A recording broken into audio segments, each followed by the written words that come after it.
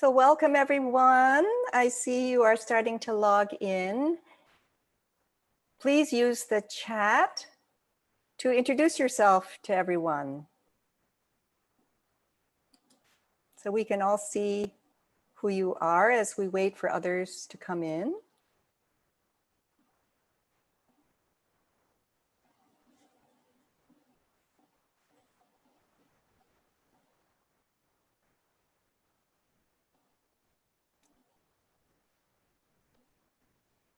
We have Berkeley, California, Bronx, New York.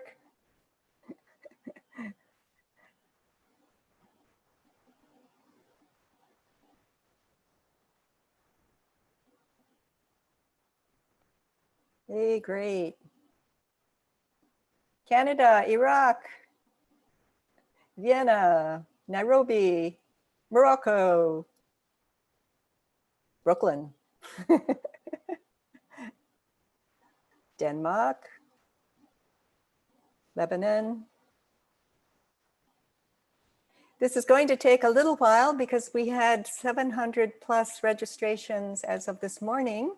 So please be patient as we give people a little time to come in and introduce themselves. New Delhi, Arizona, New Zealand,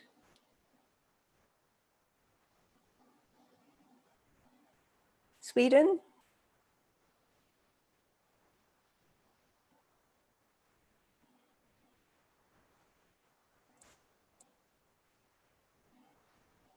Indonesia,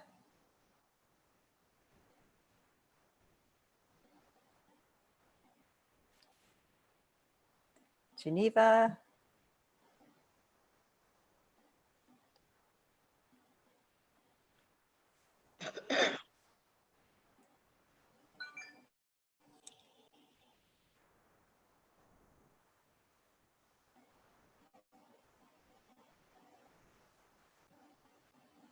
Netherlands, Republic of Congo,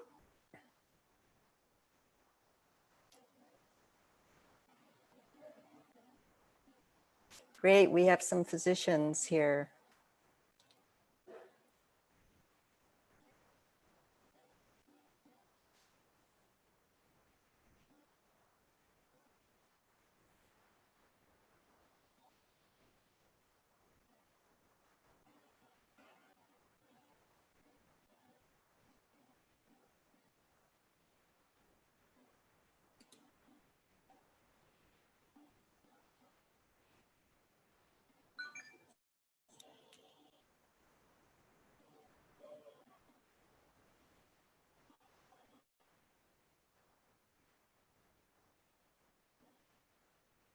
So we're just waiting for a few more to be able to join us here. It takes a little bit of time. Hello, Canada. Trinidad, Tobago, hello. Nigeria.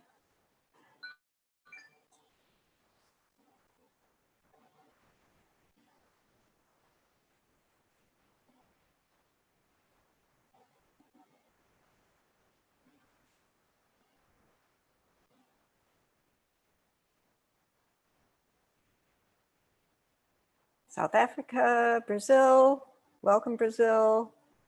Sorry we don't have interpretation this time, maybe in the future. Georgia.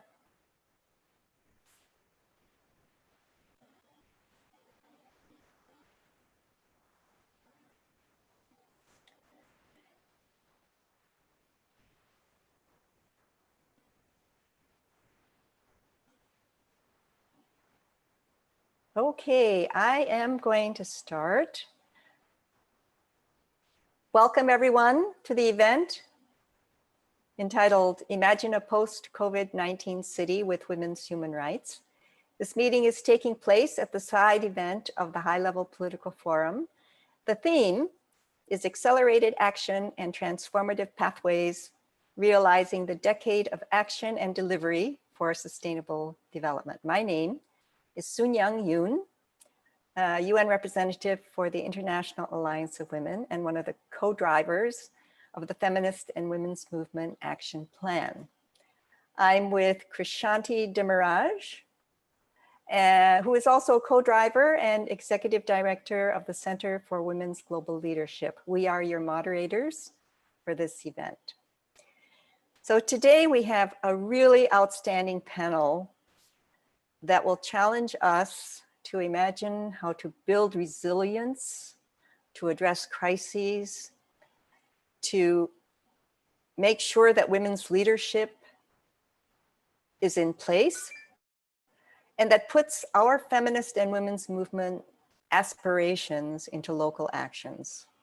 I think at the heart of it, my idea myself is post-COVID will come. And the question is, can we rebuild ecosystems that will sustain human health and livelihoods, starting bottom up, remembering that by 2050 or so, more than 75% of humanity is expected to live in cities. So we'd like to thank our co-sponsors, Center for Women's Global Leadership, NGO-CSW New York, and We Do. Thank you to the conference theme that's helping us to manage 700 some participants who registered for this event. We welcome those watching live stream on YouTube. If you are in our Zoom room, you can participate in polling on your computer or other device. If you're on YouTube, the comments section is open to you, and you can react and express your opinions in the comments section. I'd like to remind everyone that this meeting is recorded and that it will be shared. So to begin with, let's learn a little bit more about what you're thinking. We're going to do a poll. That means that you need to get your finger ready so that on your computer or other device, you're going to take a look at this poll. And the question is, what is your priority to seize the moment for a feminist recovery plan in cities? Is it universal health care, universal health coverage, as we sometimes say? Is it to ensure social protection for all? Or is your priority climate justice? The question is, what is your priority to seize the moment for a feminist recovery plan in cities? Please choose one of these. I know it's hard. These are all important priorities, but if you could choose one, that would be very, very helpful to see who we have in the room.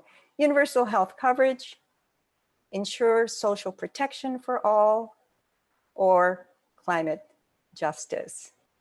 And I see results coming in. We'll give you a few moments to scramble to get your finger on that button to do the polling. And it's not working. It is, the panelists will not be voting, Vera. Later you can send in your vote. Thank you. Okay, so I see most people, nope, still voting. I will give you one more minute here.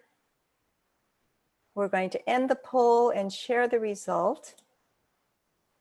And we see that 22% of those who voted, your priority is universal health coverage.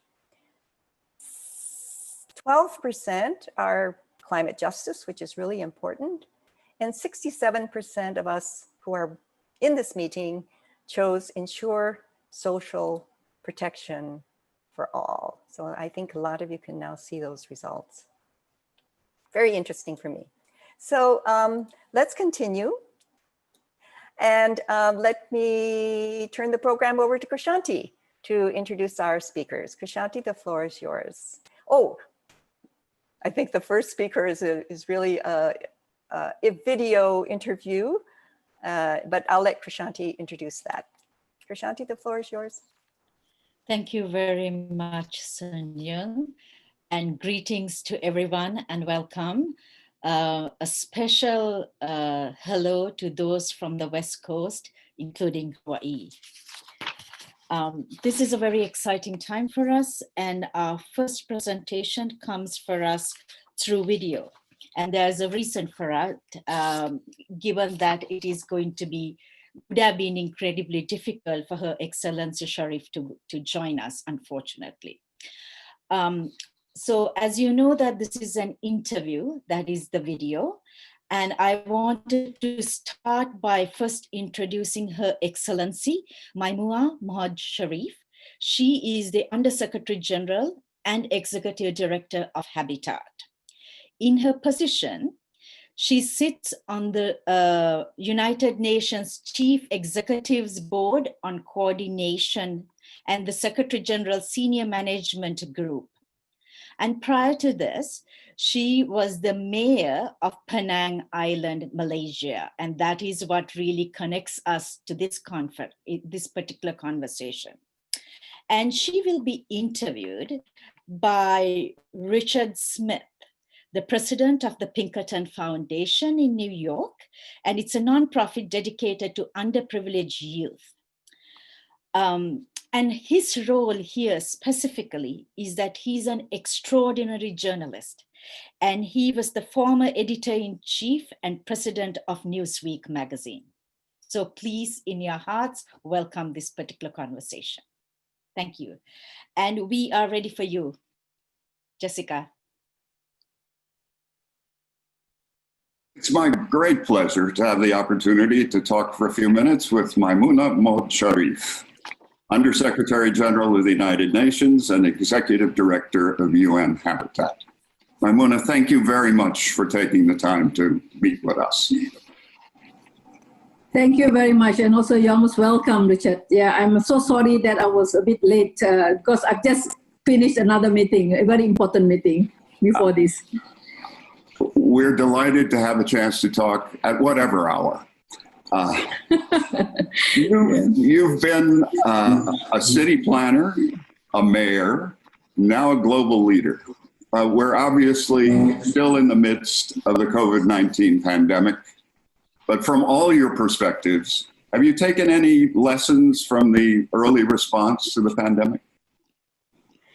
Thank you very much, Richard, for this. Yes, I think as you mentioned, correctly, from an urban planner, from a former mayor of Penang, and then is how do I see the greatest challenge of women leaders in this COVID-19 pandemic? Yeah, there are the challenge for us in this COVID-19 pandemic is that in terms of the leadership, and we see that it's also women and girls are often affected by the government policy on decision made by the economic players. They do not have a direct opportunity to share perspective or safeguard their interests. For example, when I was mayor, I was the first lady mayor in the cities after 19 male mayors. And I was also the first woman's head of planning department, and also the founder of the Georgetown World Heritage Incorporated. It's not easy. It's not easy. That's why when I was a mayor, I have the opportunity, I will make sure that every public forum, women and girls were able to express themselves. And this involves participatory planning and budgeting in cities and towns. And at this moment of COVID-19, I think it's very, very important to involve the community and to engage, because it's the solution at the community level is a very, very important to tackle the challenges of this pandemic. Or even to say that I'm not sure whether I can be brave enough to say post-COVID. We don't know when is the post-COVID will be, or we have to live with the pandemic forever. It's how we can adapt and adopt to the situation that we are now. So I think women understand better. I used to say cities which is planned for women actually is planned for all. So do you agree with me? In fact, as I was preparing to have this conversation, I was struck by that statement more than anything else. A city plan for women is a city plan for all. And I'd like you to elaborate on that a little bit. Yeah, it's a city planned by women, and or city planned for women is a city planned for all, because women, we involved in every aspect of the in terms of the upbringing or in the environment. For example, women take care of the kids. At the same time, we are also involved in our job, and we would like to see how fast is it. There are designs saying that 15 minutes concept of the compact density or compact cities, 15 minutes walk, neighborhood concept. These are really neat by the women. If we know, for example, we would like, if we send our children to the school, we would like to see is within 15 minutes drive, or within 15 minutes walk, or within cycling distance. So I think this, because we really involve, not to say that men is not involved, Richard, don't get me wrong, but we are mostly, we are talking about in general, mostly involved with this. So I think that if we, for example, that we plan for women, it will cover for men too. So that's what I meant. That it's not to say that it's men. It's not in this, but it's also to cover for boys and girls and men, and also for the elderly. I'm always struck by how around the world it's the same. Unlike politicians at many other levels, mayors actually have to deliver. They have to deliver services. They have to be, and they're often held noisily accountable by their citizens. How did you approach delivering those essential services? Yeah, in my life as at the beginning as a mayor, and now as a executive director of UNDP, I will link it into these two. Yeah. So because if you see that is in terms of the achieving the new urban agenda, the sustainable development goal, I think in achieving the infrastructure and giving the facilities, I think this need a very looking into the integrated and holistic way of planning, not only in physical planning, land use planning, in overall planning. Because when we don't have the integrated and holistic planning, it's very challenging for us to deliver the facilities very fragmented. So I think we really need a leadership either at the local level, national level, or even at the community level to look into the holistic as looking at the environment as one ecosystem. Because we are connected to each other. We cannot be fragmented. I think this is where collaboration and unity and community engagement, because I believe, Richard, that when I, even now, when we put up the gender responsive participatory budgeting or gender responsive participatory planning, and the concept of the public-private people partnership, and the concept of think local, act global, learn global, and apply local. I think this type of a concept is very, very pertinent in dealing not only in COVID-19, but also in order to get the sustainable development in the city. There are certainly elements that are common to all mayors' responsibilities, but I'm guessing there were moments when you said to yourself, no man would have to deal with this challenge. What might that have been? Well, that is a very tough question to answer, Richard. Yeah, I think that you followed 19 men, and I'm guessing that you faced some challenges that they didn't. Yes, the first thing that I faced the challenges after 19 male is that I can share with you the story. That is immediately after I had the swearing-in ceremony as a first woman mayor in the city of Penang, or Seberang Pride, call it. And then the reporter asked the councillors and the people there, how can you work together with this woman's mayor? And there the answer from the male councillor is already know that I am going to have to face an uphill situation. Then they said that I don't mind working if that woman can do their work. If that woman can do your work. I have a name. I'm Maimunah Sharif. You can say that if Maimunah can work together with us. So that there you can see the perception. It's always tough as a woman's a leader. But I think if we have a very clear vision, and I believe in the bottom up, of course, and then top bottom, meaning that is we have a vision and bottom up, and the convergence of ideas in the middle. So I think if we can do that, I think, and we can convince the community and the people, I think, and having the vision and consult them, I think we are in the right track.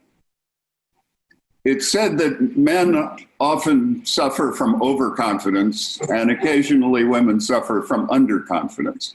How do you encourage other women to be as confident in tackling a challenge as you have been in your many different roles?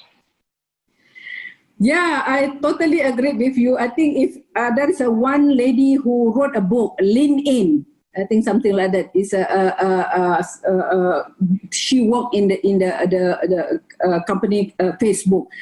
What I would like to share with you is that it's true that this saying that men, even though when they're given a higher post, even though they are not sure what they can do, there's a saying. They say that yes, we can do it. But women will say that, do you think I can do it? Do you think that I'm the capable person to do that? But I think this is the upbringing is one thing, the culture is one thing, the values is one thing, the environment is one thing. But I think that is now with the new technology, new education, and new environment, I think it's really push a woman to a certain level. But I think we need a role model. We need a role model, and for people to see that, look, if she can do it, I also can do it. And also having the positive thinking in everything, and believe that, and we are, one thing that I always share, that be humble. Be humble, and you have a clear vision, and all along the way, there are always people who will help you. Well, I think all the people who are listening in at this conference will see in one corner of the screen a wonderful role model. We're going to have to wrap up soon, but in the audience today, there are leaders of women's organizations, public and private. There are public officials, representatives to the high-level political forum. What single thought, either about the role of UN Habitat or on any other subject, would you like to leave with this group? Yes, as an ED of UN Habitat, I believe that this gender, women's, it will be included in our whatever things that we do, because we are putting in the gender mainstreaming in everything. That's why we put gender, and also the youth, women, and human rights as a cross-cutting issues in all the things that we do. But my last word is that we need more women up there to share their lesson learned, to share their experience. At the same time, to me, always being positive, always be humble, and at the same time, we also have to be very professional and put up the trust. You give trust, you will gain trust. Trust is also important in order to go up. And I know I said I was asking for your last word. I'm going to ask for one more last word. And that is, what do you say to your daughters? What do you say to young women? What thoughts do you hold out for them to inspire them to be the leader that you are? I always mention to my daughter and also the people who come to me for advice, ask your smaller heart, what do you want to be? And go for it. And aim for it and go for it. And believe in yourself. That is important. Thank you so much. Maimunah Sharif, Undersecretary General of the UN, Executive Director of Habitat, and I would say an extraordinary role model for women, young and old. Thanks again.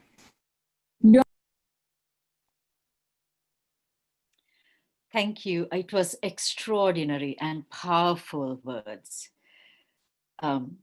Cities that are planned for women is a city that's planned for all. How wonderful it is and how appropriate it is at the time of COVID, as well as HLPF. Women's leadership begins actually at a local level. And when it rises, we have noticed that feminist leadership, right, does not leave anyone behind.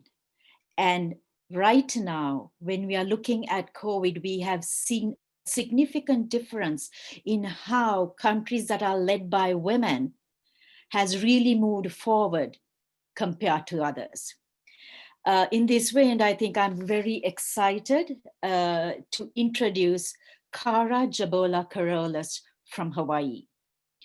Cara is the Executive Director of Hawaii State Commission on the Status of Women, a statewide feminist government agency.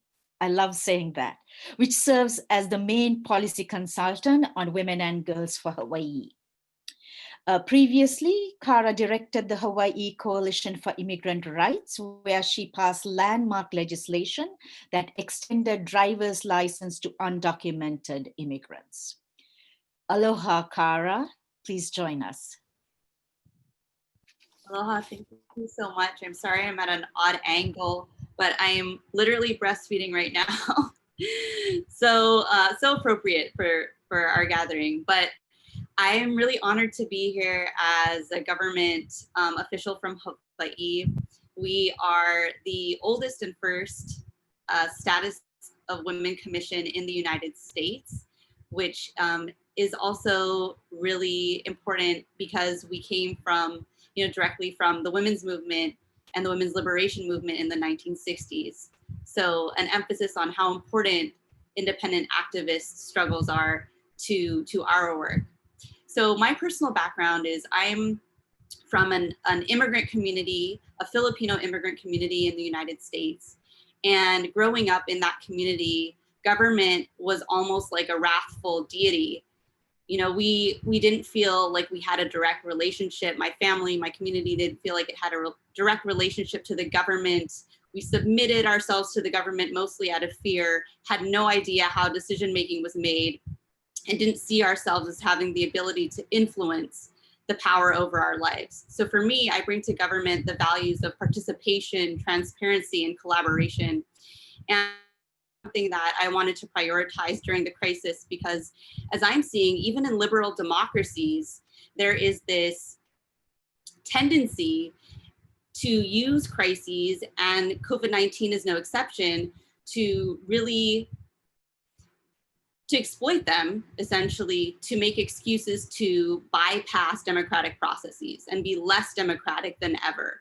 And so to counteract that, at the outset of COVID-19, we created a feminist COVID response team to coordinate the rapid response, including mutual aid, community-led approaches, so within and outside of government. And at that time, we also were very aware that the recovery, the long-term recovery, was being crafted even when we were struggling with the here and now, which is still what we're doing right now. And so we gathered a group from civil society, from grassroots activism, from the academe, and from within government to craft what became the first government-produced feminist economic recovery plan. And for us, that was really important and speaks to a lot of the themes you all brought up in terms of its intersectionality. Because for us, we know, as Katsi Cook famously said, that women are our first environment. And in Hawaii, a colonized state by the US, which has a strong and vibrant and powerful Native indigenous community, that we couldn't separate what was happening from the environment and land from what was happening to women, and that the desecration of women and violence to women is interconnected to the violence against land. And so for us, this plan centered Indigenous people first and foremost, and really prioritize a place-based solution to the crises that we're facing that invested in Native people. So for us, it had to be explicitly feminist, because we know that in a sexist society, if it's not explicitly feminist, then it is patriarchal. So we chose that term very consciously. And for us, we were consolidated around a transnational feminist perspective. That's kind of our spot. And some of the key features of our plan were not just talking about wise macroeconomic policy and what would be rational at this moment. So pushing back against furloughs, cuts to social programs, to state workers, but going beyond that and creating and producing a bold, exciting vision to use this moment for structural change. So rather than focus on just equitable job creation and good jobs, which are definitely part of the plan, we also want to push a transition from work. So decoupling healthcare, well-being, survival from waged work. And that's something that the feminist movement has been, calling for over 100 years. So a lot of the elements of our plan are unremarkable in that sense, but they pull together fights that have been ongoing. For example, universal basic income as key to creating freedom and economic self-sufficiency for women, so that we are not dependent on abusive partners or even an abusive government in many ways. That was one of the key policy features. Of course, universal health care is another essential feature, but we want to harness women and harness caregiving too, to build the economy in a new way. So another part is a reorientation from militarism, from tourism, from luxury development as harmful industries, and transition away from those to industries that meet women's needs. So that's just a little bit of the snapshot of the plan. It's very comprehensive, and I encourage everyone to look it up online. I'll try to throw up the link. But where is it now as I close? So I think the most enthusiastic response has been at the city and county level, so at the local level. And it's really timely that we're meeting, because just last week, Maui County, City and County of Maui, passed the first legislation for a feminist economic recovery. And so it's in motion in legislation now. Yesterday, there was a hearing in a different city for a feminist economic recovery bill. And this is all happening organically, so not something that I'm even pushing. We're just seeing women organizing around feminism and are excited about the movement and the term itself. And so what is it doing at the city level? It's really important, because the needs that we articulated are now guiding this slush of money coming in from the national or federal level. So we're talking about millions and millions of dollars, which will have a seismic effect on our community. And we've had to fight every step of the way to make sure that women are part of where that money is going. So that's one piece. And then another piece too, when we're seeing the movement for Black lives, it's really emphasizing the importance of the role of cities, because police and police intervention are so heavily and inefficiently and wrongly, I would say, relied on as the primary intervention for violence against women. And in Hawaii and in many other places, I would imagine the police are in fact the face of domestic violence and sexual exploitation for women, including sex trafficking in Hawaii. So that's a very real issue that we have. And that's something that our plan speaks to. So that's where we are. I'm so, again, feeling privileged and grateful to share with you. And I hope we stay in touch, and that, we can be amplifying your feminist economic recovery plan for COVID-19 in any way that we can. Mahalo. Thank you so much, Kara. Mahalo. It is extraordinary to listen to you and it's very inspiring. I have to say that the plan is extraordinary. It is powerful. It is strategic. It really is a forward-thinking plan. And if and when it is able to be implemented, it really is about the realization of women's human rights. So thank you for your work in that. And we are now moving to Bridget Burns. Bridget is the director of We Do, and she's an environmental activist, right? She works on policy advocacy, research, and movement building at the intersection of gender equality, women's rights, and environment and climate justice. In addition, Bridget serves as the co-focal point of the Women and Gender constituency, which supports the political participation of women's rights advocates into the climate process. Bridget, welcome. Thank you. Thank you so much, Prasanthi. And it's a real honor to be here with all of you and to speak after Kara in particular, who has been a huge source of inspiration over the last weeks and months, I think, for many of us who have been really thinking through what does a feminist vision for a post-COVID future and a post-COVID recovery look like. And I think that the feminist vision is not any different from our vision that we've been fighting for and working for decades, if not centuries, towards a peaceful, just, and healthy planet for all. One which we know we need to reimagine towards collective care and a regenerative economy. And I think that it's been mentioned by many in the chat as well, and on many of the conversations that we've had, but COVID and this moment, this pandemic moment, is critically important because it is laying bare that we have a system currently built without regard for social protection, for resilience, for happiness or abundance in any form, and to withstand, adapt, transform to crises, whether they be pandemics, climatic shocks, or ecosystem disruption. And I think as we reckon with the implications of what we're seeing come to bear in this crisis, as well as the implications of colonialism, settler colonialism, white supremacy, and patriarchy around the world, we are seeing as well the way these systems of oppressions hold up inequality and drive an unsustainable and extractive planetary system. And we know that when it comes to in this moment, that not only are we seeing the impossible become not only possible, but necessary. So governments finally really considering and understanding what we're talking about, the importance of providing universal health coverage, of paid leave, family leave, canceling student debt, even if it's not being enacted in the ways that we want to see it enacted. And we're also seeing power being challenged in systemic ways.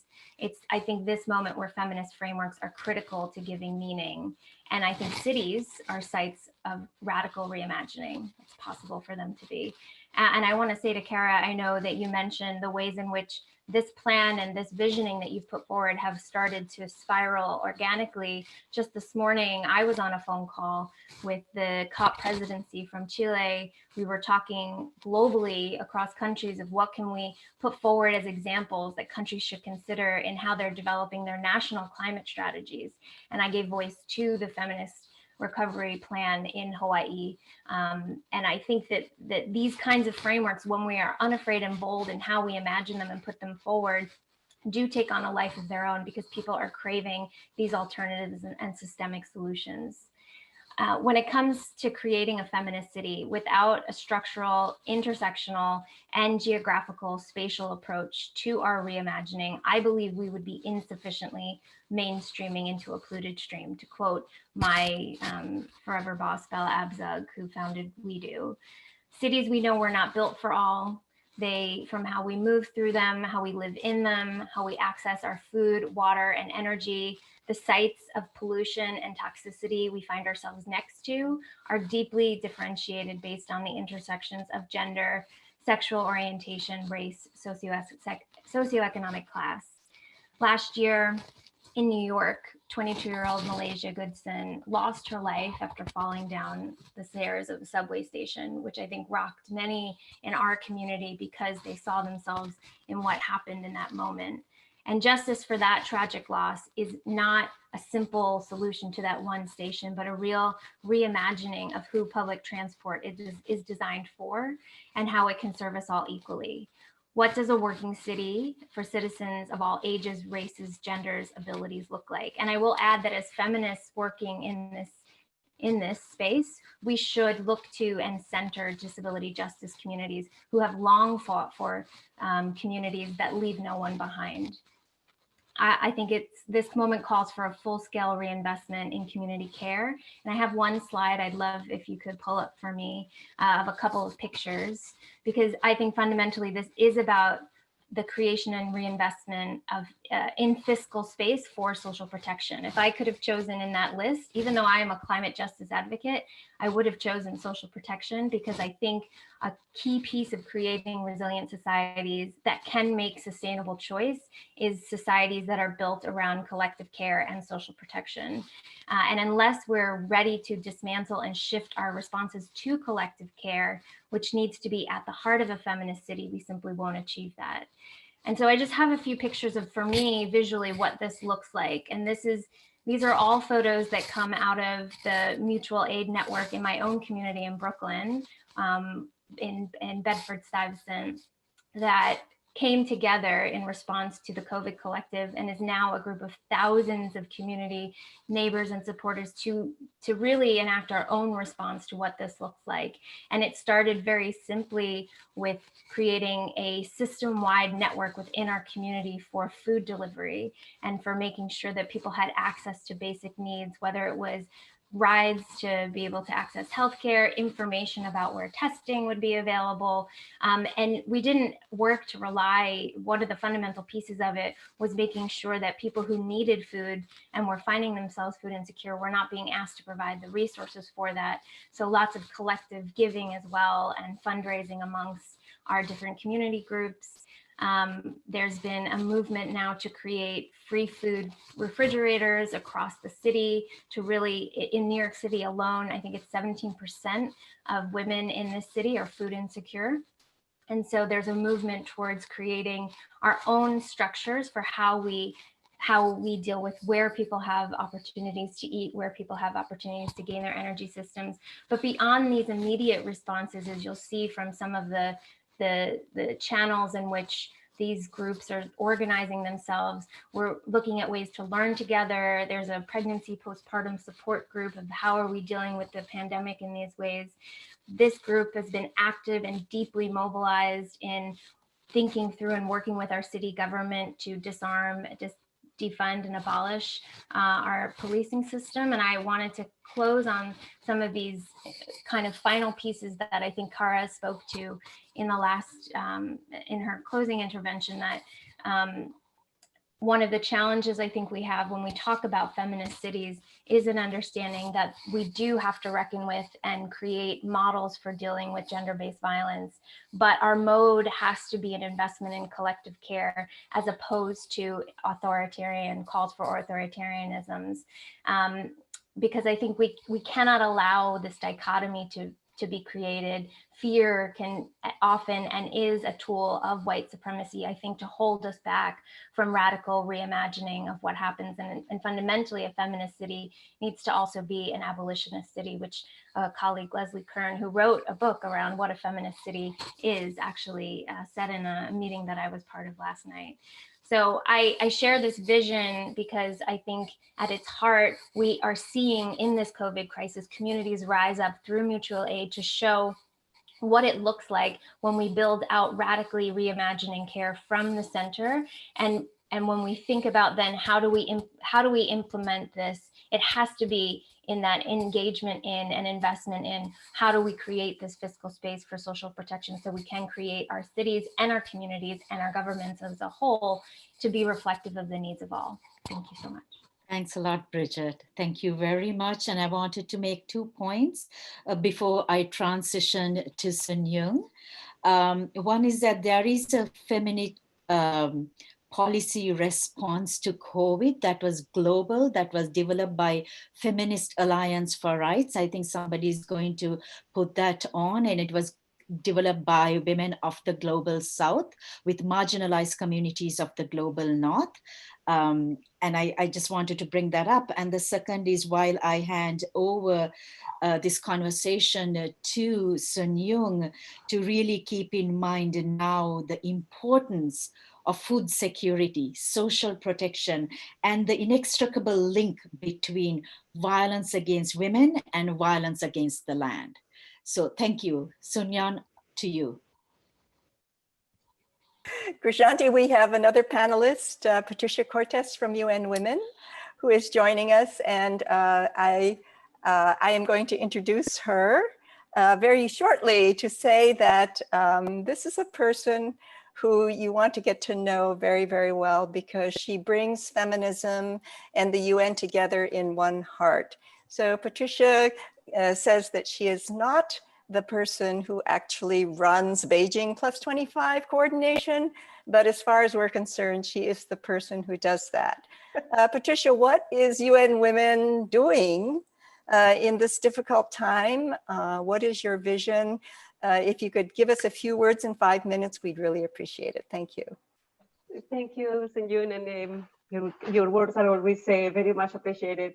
You're very kind, and thank you for inviting me to this very interesting conversation, especially after the speakers that we have already heard is quite a challenge. So thank you so much. So basically, I said that this is an opportunity to rescue, in the most positive way, the spirit of the new urban agenda. And the work that the feminist grassroots women, feminist groups and mobilizers around the world did to make sure that the new urban agenda draws on the Beijing Platform for Action, CEDAW, that it aligns fully with the SDGs, with SDG 5, but also SDG 11, and all the targets that gender targets that are across goals into the Sustainable Development Goals. And now we have also the Decade for Action for the Sustainable Development Goals. So this is an opportunity to really accelerate, elevate the momentum, amplify the voices of women and girls around the world, and make sure that their voices, their expertise, their priorities and their needs define the responses that are being given now, but also on the way forward, secure that the governments at the national level generate plans that respond to all of this, what I'm saying. So I like this sentence of Maimunah, that the cities that are planned for women are planned for all. I agree with that, but I would say also that cities that are planned for women are planned by women. And that, what does it mean? It means two aspects that are very strong in the new urban agenda. One, it relates to women in leadership, and the other one is about cities being able to respond to women's differentiated needs and priorities. So it's two different levels that come one to hand, but that needs to come very strongly. And this is something that UN Women has been advocated. And what is our vision? Our vision is that then we have to recognize the very important work that grassroots women, grassroots youth, solidarity networks are doing around the world since the very moment of the outbreak of the COVID. There has been a situation that has escalated and escalated, which means that the burden of work that these organizations are doing has been escalated as well. And it has to be recognized not only as part of the solution, the immediate response, but also as part of the planning, as part of the thinking on the future and the challenges ahead. We have to learn from them. We have to use their expertise and to see how do we equip ourselves to respond to the challenges now, to think on how to come back, how to make a meaningful opportunity, the coming back, how to make justice to that we call build back better. But build back better means build back for women and girls around the world. This is super important. This is something that we put at the front of our work. And then the other part is also about delivering, the cities being able to respond and to deliver for women and girls. And what does it mean? It means that the planning and the budgeting has to come with participatory processes. Gender responsive budgeting, gender responsive planning comes to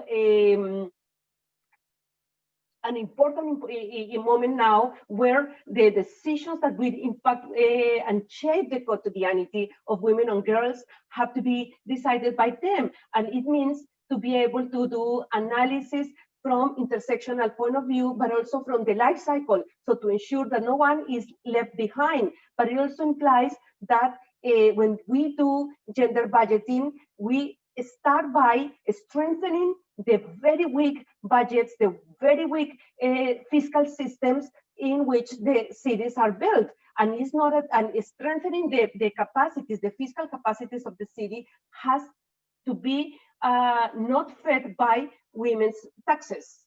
It has to be beyond the taxes. We have to find ways of revenue to strengthen the fiscal capacity of cities that now are overstretched, so to be able to respond, to build the needs, the capacities that are needed to create this post-COVID on a gender responsive manner. So we have also an opportunity now. We've seen how much in the news everywhere we are speaking about essential workers. We know how much care has come to the front as something very important. We know all the dimensions of how women are affected from the care perspective. So we have the opportunity to bring the aspect of care and essential workers to the front, because what is interesting in here is that whatever was called like a second or third category of class of work has come now named as essential. So it has to be paid as essential. It has to be recognized as essential. This is an opportunity that we have in here to rescue the work that many women around the world do to sustain their families, because when you sustain your family, you sustain your community, you sustain your society, you sustain your country. We saw now in our new launch study on gender stereotypes how gender equality is understood by many respondents. We did this study in 10 countries as essential for the country. Well, now is a time not just to think on and work on people's understanding the meaning of gender equality, but acting upon. Because there was also interesting in this study when we asked about in times of hardship, who should be given priority in terms of equal opportunities for job. It was opportunities for economic opportunities. The overwhelming majority men. When it comes to food access, overwhelming majority by men. But also when you ask who's responsible for the care of the children, do the children suffer when the mother works? Overwhelming majority were saying yes. So we see that there is still a lot of issues that are driven from the mindsets, from the stereotypes that need to be addressed. So we have a lot of opportunities here to work, and it's something that UN Women has been working very strongly from before the COVID, but now in the context of the COVID also is the need for data. If we don't have sex desegregated data and data that reflects these intersectionalities, data that reflects the life cycle, we will not be able to support cities to do proper planning, proper financing. And then cities will not be able to be delivering for women and girls. Patricia, I love the ending on money, because that turns out to be the other crisis that we are going to be facing. So thank you so much for that. And please stay with us for the question and answer period when we can hear more from you. Thank you. Thank you. And now I'm really, really proud to introduce three very outstanding women leaders with us today. We have with us Vera Baboun, who is a member of the Palestinian National Council and who was the first female mayor of Bethlehem. And prior to election, she was an English literature lecturer at Bethlehem University. Her Excellency Celestine Cortes served as the youngest mayor of Bangate, Her Excellency was appointed Minister of Housing and Urban Development, so she can bring her local experience to the national level. We also have Clara Doemvogo, the former mayor of Monrovia, Liberia, and she knows what a crisis is. During the Ebola crisis, she served as the co-chair of the county incident management team for Ebola, and she has also worked for UNIDO. And I do believe we might have another guest that Celestine may want to introduce a little bit later, but for the time being, I'm going to open this one question to the three of you. We heard this morning about leadership, and now we're dealing with crises. I wonder, Vera, would you like to tell us what was your biggest challenge dealing with a crisis? Just give us an example, a concrete example. And from that, what would be your advice to women politicians in this difficult time? So Vera, you have 5 minutes, share your thoughts and we'll come back to you. First, thank you so much, Soon, and all the participants. It's an honor. Well, coming from Palestine and from Bethlehem, and as a mayor, and I always reflected on Palestinian women and the challenges they encounter. And I can tell you that Palestinian women always carry 2 baskets on the soldiers, on their shoulders. The first is that heavy basket of the Israeli occupation and its ramifications on ground and the lives of people in general and women in particular. And the second, definitely, it's the patriarchal structure, Palestinian, and the relation to the prevalence of gender-based violence within the Palestinian society. Today and currently, we have another basket on the shoulder of Palestinian women. It is the pandemic, the COVID-19, within the parameters of the Israeli occupation, and unfortunately, the new other escalation, which is the pandemic of the annexation of parts of the West Bank. Within all this, women in Palestine encounter many challenges, and you find yourself as a mayor, a former mayor, a member of the Palestinian National Council, a member of the Emergency Higher Committee, tackling all these challenges. I know very well that COVID now, today, provides double excuse to seclude women, and the occupation and the new annexation provides another excuse to seclude women. Leadership in crisis needs a special kind of leadership. We know that mayors are the public leaders. They are the leaders on ground. They are the public leaders man to man. And that's why the type of the leadership in crisis needs a very reflexive, instinctive, and as well intentional and very calculated type of leadership. That's why the most important part in such crisis, I learned that a mayor, a leader on ground, should be first a good communicator, because they are the one on the front lines, and people need to know from the leaders, to know what's going on, to feel relaxed, to seek trust. It is very important that this connection between leaders and people on ground to be really, really powerful. It is part of the solution, and it helps to reduce the problem. This kind of communication is very important. I spent most of the pandemic, the COVID, my time giving and connecting and speaking to the people and to the citizens, giving instructions from my social media accounts. This kind of relationship gives better understanding to the crisis and how we can lead to. One of the most important parts of leadership in crisis, I'd like to call it the public meaning-making model. We don't need to give words, but we need to do actions as leaders. And going on ground, connecting people, understanding better is very important part of leadership and crisis. One day when the Israeli occupation was really threatening to annex part of a very important part of Bethlehem district, where I have a very important role there. I decided to take that action, you know, and to be that role model.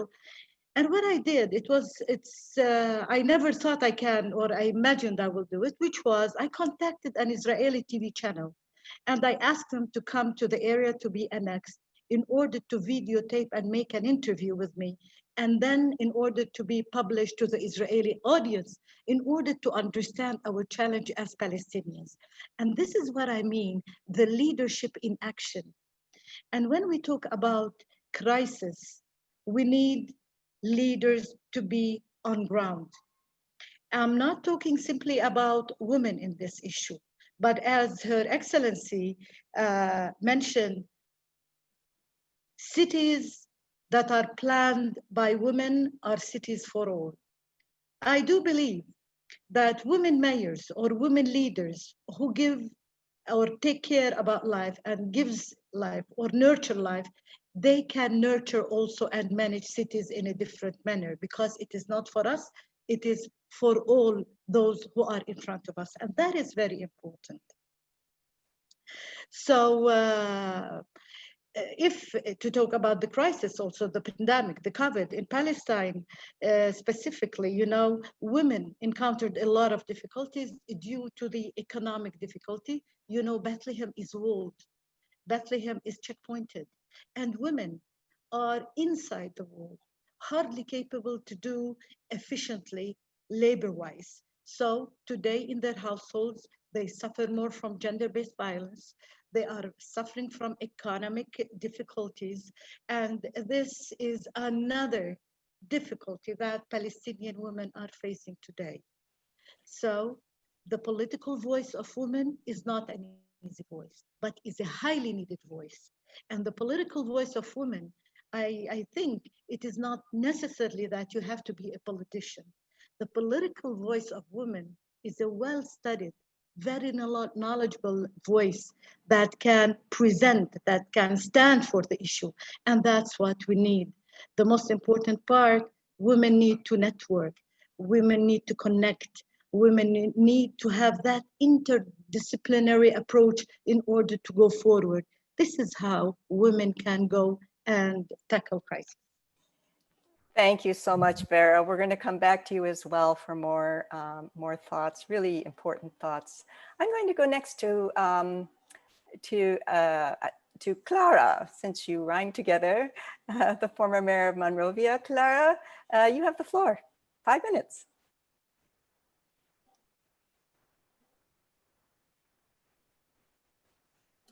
You would have to unmute yourself. Yeah. I muted myself. Can you hear me now? We can hear you. How are you? Thanks so much for inviting me.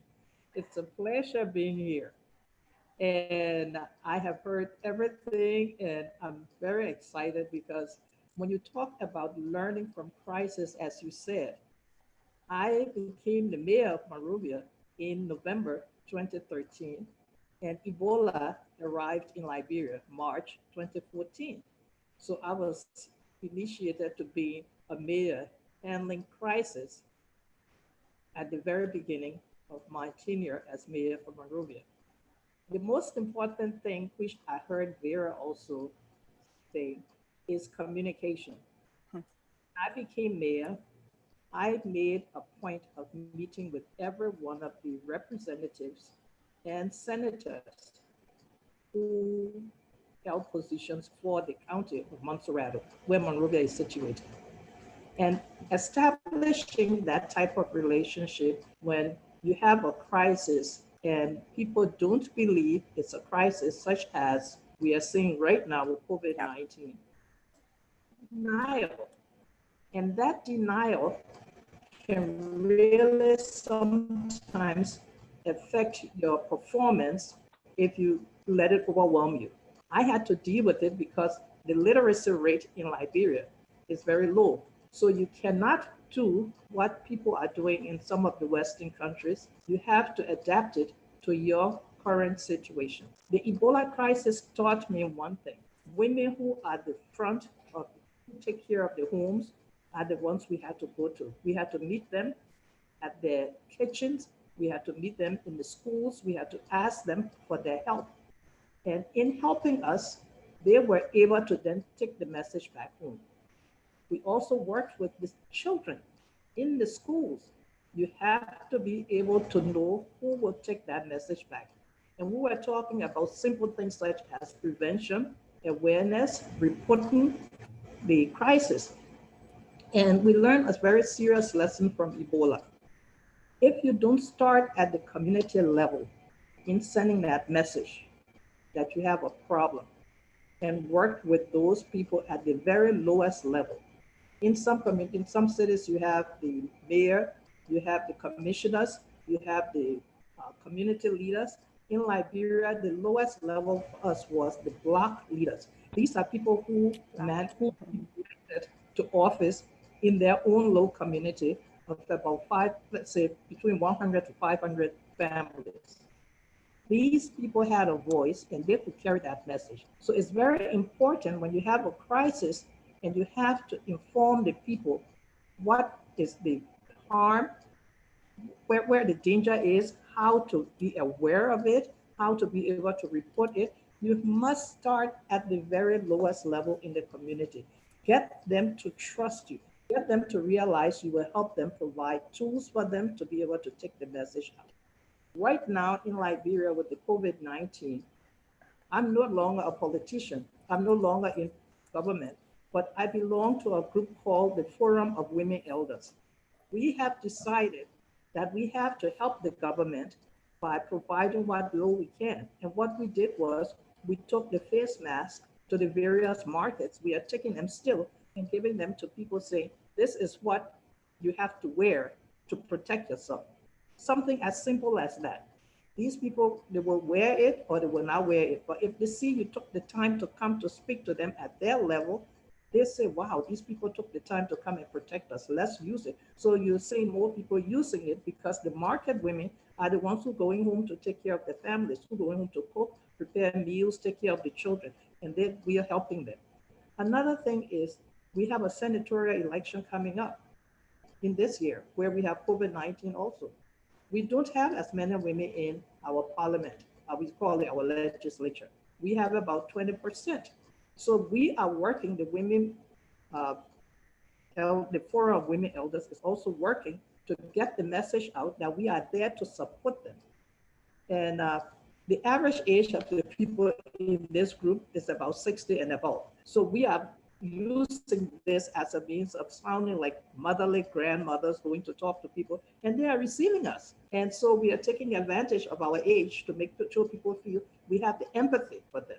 And I think last but not least, in many societies where women are trying to achieve something and we feel like we are being, people are not hearing us, I think that one of the most important things also is to get the men to assist you.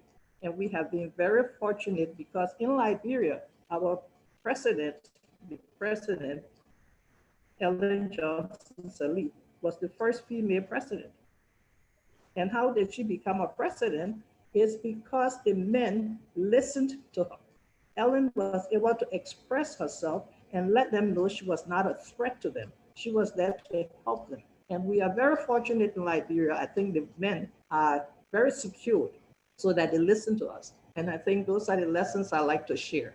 You must make your men feel that you are not threatening them, be able to communicate to the people at all levels, and you will see results. And I think that's how we got rid of Ebola. And I like to think amazing experience. Yeah, that may come back to help us through the COVID, for sure.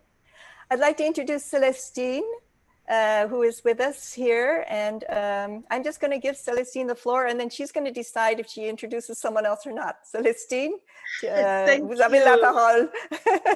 Merci beaucoup. Thank you so much inviting me. And I'm so happy and so honored to share these high-level panels with you, as well as so happy to see you again, my dear Sun Young. So happy to see you. So happy to see Vera. So happy to see Clara. So happy to see all of you. A long time.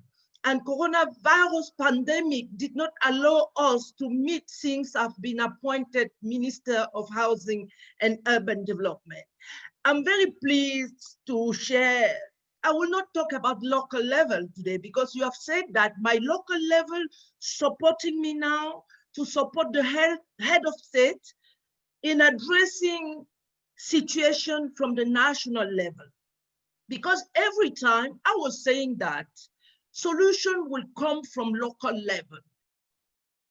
The problem is that we need to do more for our population. Population are getting increasing and increasing. So if we deliver services, we are delivering it for population. That means the solution are for population. The solution will come from local level. And population, as Clara said, communication with this population and women. Women are the key to change the world because we are 52% of population. That means the solution that people are bringing out is for women. If you address the situation of 52% of a population, world will be wonderful. Concerning this crisis, my dear, everyone knows that coronavirus surprised us a lot. Coronavirus has disturbed the planet. Coronavirus has destabilized many countries. And coming from the local level, I knew exactly, and being woman, I knew exactly how to support the head of state because the head of state came out on 17 March with 19 measures to protect our population. Knowing that the problem is communication with population, because despite the fact that they were seeing 10,000 deaths, they were seeing 5,000 deaths, 200 every day, still in our community, people still saying that there is no coronavirus. So it was very important to communicate, was very important as a Minister of Housing and Urban Development to make available some housing to make sure that people infected should not be sending back into community and make sure that we have houses for quarantine. We have houses to treat, to give to the health ministry to support and bring back people at the normal situation. And I would say that knowing that with this crisis, it's not only government, it's not only civil society, it's not only UN organization, it was very important to bring women on board. And what I did, I've chosen as minister. I was working with the Prime Minister as the president of the task force that the head of state appointed. I was working with the Prime Minister at the national level, but I've bring on the table association of Queen Mothers for them to speak to their population. So they have targeted 5 actions to be done. First of all, public awareness on what is coronavirus, because people were saying that there is no coronavirus cannot exist. It's white people sickness. So we are not sure that we will have that. So it was very important to build awareness of the population on what is COVID-19 and saying that it was not a joke. It was very important to observe the measure prescribed by the president as well as the measure prescribed by the World Health Organization. After that, after this huge campaign, I would say 2 or 3 weeks, campaigning to bring people to understand that this situation is true. And if the situation came in, women will be the first to lose because of the husband. If you have a woman who disappears in a family, the family is for some time, the family will suffer. So they took 3 weeks to campaign and build awareness on the fact that coronavirus is there. After that, solidarity, because it was very important to put together, because we have mainly in Africa, women are poor. So it was very important to call for the solidarities and find some means to communicate in radio and so on. And also to provide to any place where people are obliged to meet in many, to provide the hand wash fountain, to provide to our women some soap, and to make sure that there were water everywhere, because with coronavirus, it was very important to wash hands and to protect yourself. So we bring women on board, Association of Queen Mothers on board, and I think that I will send to you, my dear, to share with other people all the action that they made, and the result is that till now in the sectors where they have worked, there is no case. Wow, that's amazing. In Cameroon that's also, amazing. Yeah. In Cameroon also, we will have faced 14,000 cases. Out of the 14,000 cases, 12,000 get recovery, and only 359 deaths. That means things has been made seriously. And I really thank this high-level forum, because time is to bring women on board to share their experience, because you cannot treat someone without asking the person to tell you where she has problem. If we are 52%, and all the activities that can involve sustainable development, you will find a woman behind. Water is woman. Climate change, woman. True or not? That is true. So it's very important that they should give possibility to all the women. And as my dear Maimunah say, my sister said at the beginning, I do believe that we should give faith to our young girls, to have more confidence in them. We should, as role model, we should be speaking to our daughters, to our sisters, and make sure that we support for more women to come at the table and to change the planet. I'm happy to introduce to you the new president of Female Mayor of Cameroon. I've been appointed as a member of government on the 4th January 2019. But knowing that the solution came from women and from the local level, I'm supporting the network that we've put in place in Cameroon.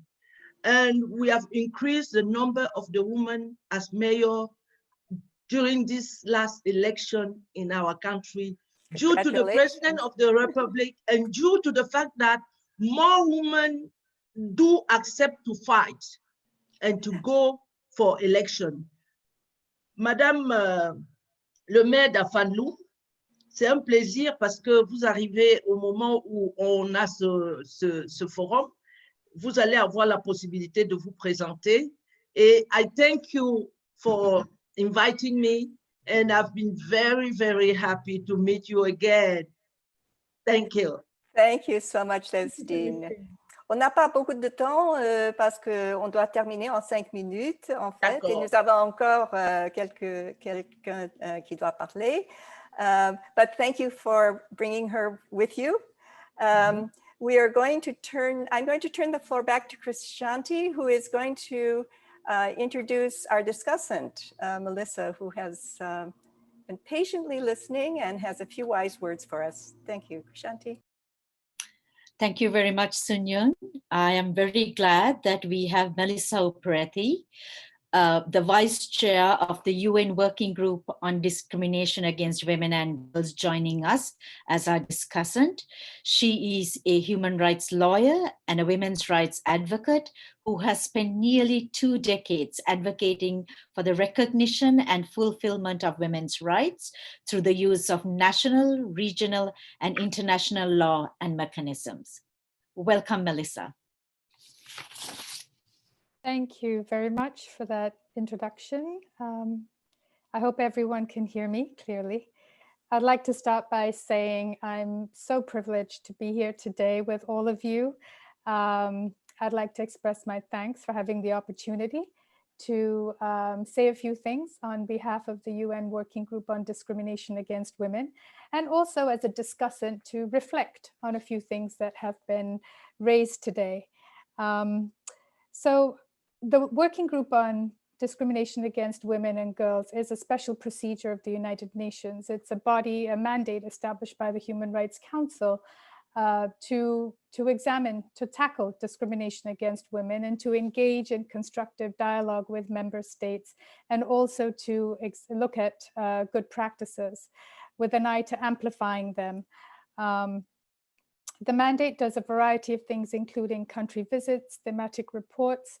A lot of our work happens out of Geneva, which is why we often seem very distant, but our mandate, I think, really reflects the significance of our work and also the connection that we have to many of you today and many in the audience and women worldwide, because discrimination is a global problem. It is a systemic problem. And it's been around for a very long time. It is deeply, deeply entrenched.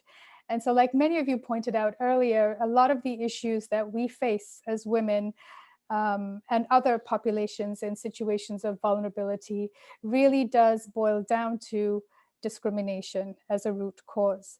So the struggle that we've been talking about, and whether it's at the level of cities or at the national level, or even at the level of a UN mechanism, for example, which is where we sit, this is indeed a collective struggle. And the human rights framework, I think, has served feminists pretty well. I'm not saying that all of our issues have been solved or can be solved overnight. At the end of the day, the framework is a set of principles and values, and you have rights and obligations that have been articulated and expressed over time. But it really, the onus is on us, for better or for worse, as people, as whether in our different capacities, to really give meaning to those words. So as we think about how, what we have gained from the human rights framework, I think we need to reflect on to what extent we've been able to utilize it, understanding and remembering that when the human rights framework was conceptualized decades ago, women were not included in the conceptualization and framing. And the recognition of women's rights as human rights really came about as a result of transnational feminist activism, which also involved a lot of alliance building between those in government, those in different agencies across different countries. And we saw that manifest in the 90s at the Vienna World Conference on Human Rights. And since then, of course, there have been many developments. And I think one of the greatest strengths, or there are actually many strengths that the human rights framework does offer, but some of the most important ones are really the recognition of the equal dignity of all human beings. And that is, I think, a fundamental principle that is very important for us feminists who, as members of a large class of women, have experienced inequality due to deeply entrenched power imbalances. So that recognition of equal dignity of all individuals. And then the idea that rights, and the rights really reflect the basic needs of human beings, freedom of expression, whether it's housing or food or health, work, that these rights are inherent to all individuals, that these are interdependent, they are interrelated. You cannot strive for the fulfillment of one and then leave the others behind. And for us women, I think as feminists, what we have been fighting for since the very beginning is the recognition that economic and social rights, those basic needs, are just as important as our civil and political rights.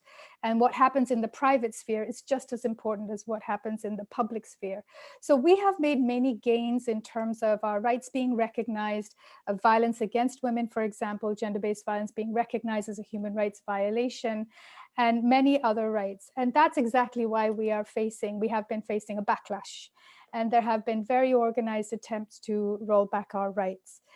And it's in this regard as well that I think it's a collective struggle for us to not only utilize the human rights framework to address the issues that we see today, but to fight together to think about, how can the work that we do on a daily basis, whether we're in city government or somewhere else, contribute to this understanding and the strengthening of the idea that human rights are inherent and that states do indeed have obligations.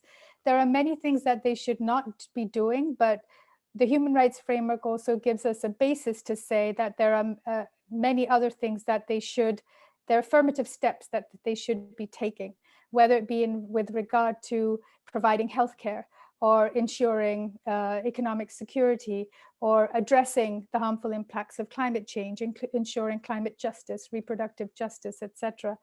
So I think it's clear from the conversation today that, and I'm not going to repeat everything because everything was so beautifully and powerfully and authentically articulated.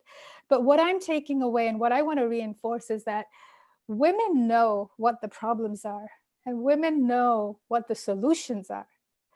Where we are lagging behind, where the greatest challenge is that we don't have the level of institutional power in all spheres that we need, I think, to make the transformation.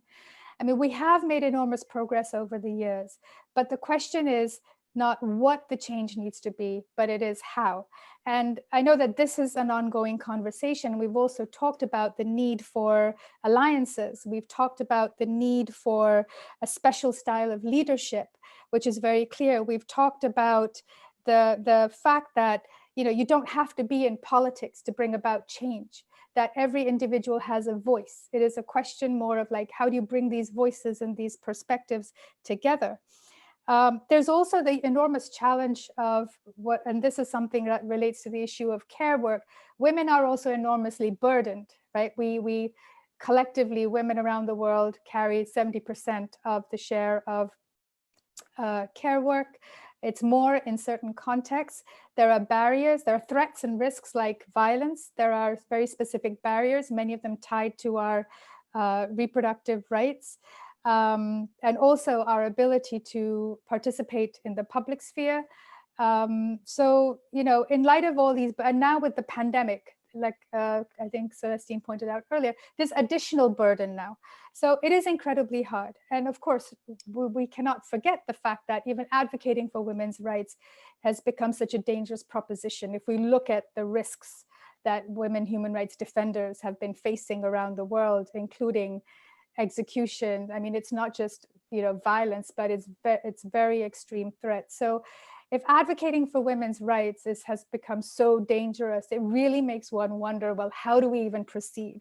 And now with this pandemic, I mean, going back to the Hawaii policy, I do want to say that I came across it, I think it was 1 month into the pandemic. And when I was starting to feel very, really down and very defeated, also because as an activist, for us to sustain our work, we need to be able to engage, we need to be able to strategize, to move things.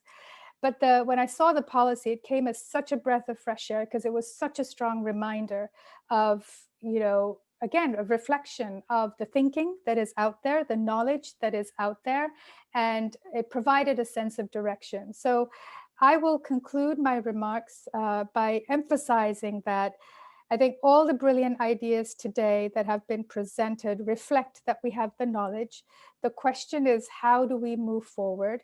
There's absolutely no doubt that alliances are important. When you think about alliances, please do also keep in mind women's human rights mechanisms. There's a lot that we do, and I don't have the time to get into that today, but we do stand with all of you. And we need to work together to really transform society. And while the pandemic has given us a unique opportunity, it's also given opponents of our rights an incredible opportunity. So the task before us is formidable, but if we continue to take an intersectional and feminist human rights-based approach, which many of you have validated through your comments today, I think we will be successful. So thank you. Back to you, Krishanti. Perfect timing. Thank you very much, Melissa. On to you, Sun Young. I was going to let you close, but we wanted to do question and answer, and so many of you sent really pertinent and important questions, and we've taken note of them. I think in all fairness, we should close our meeting at this point. For those of you asking about the recording and follow-up, we definitely are never going to let you go. We're going to share the recording and continue to interact with you, engage with you as we go forward. If I could just take one moment to share something that I came across, which I think needs to be in our feminist agenda. And that was something called the WHO Manifesto for a Healthy and Green COVID-19 Recovery. And they put forth 6 things that would be along WHO's guidelines to how we're going to get out of this. And they're very general, but they really resonate, I think, with our agenda. One, obviously, is to protect nature, which is the source of our good health. 2 is to invest in essential services for healthcare facilities. We're seeing that is the front line that is the weakest. Ensure a quick and just healthy energy transition. 5 is to promote healthy, sustainable food systems. That's going to help with diabetes, non-communicable diseases, and build healthy, livable cities. Many of you are involved in that project. And finally, stop using taxpayer money to fund polluters. Fossil fuel industry subsidies simply have to stop. So from all of us at Feminist and Women's Movement Action Plan, thank you to our wonderful panelists. Thank you to all of you for your wonderful questions and thinking. We're going to say goodbye. If you can think of one word that expresses how you feel today, right now, you can put it in the chat box. We can't open the mics, but we'd love to see everything that you might be feeling right now in one word. And I'm going to wave goodbye. Thank you. Thank you. Thank you. Thank you very much. Honestly, thank you as well, Prashani. Hopeful, thank you, inspired, encouraged, gratitude. I'm reading this for the panelists in case you don't. Feminist leadership, thank you. Inspired, mahala. Thank you so much. Wonderful moment. Accountability and transparency. Perfect. Excited, passionate, motivated. Hey, that's what we need. And very encouraged. That's really important too.